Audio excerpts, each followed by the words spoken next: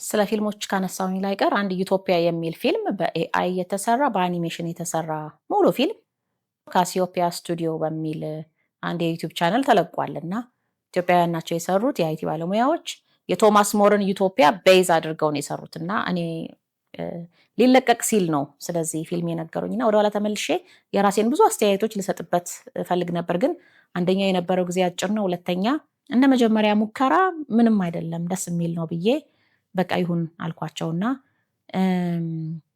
ሊንኩን ከስራ አስቀምጥላችኋለሁኝ። ቴሌግራም ቻናሌም ላይ ሼር አድርጌያለሁ። እስኪ እዩት ያንን ፊልም። እኔ በጣም ነው ደስ ያለኝ። ማለት የሆነ ሙከራ በመኖሩ ብቻ ደስተኛ ነኝ።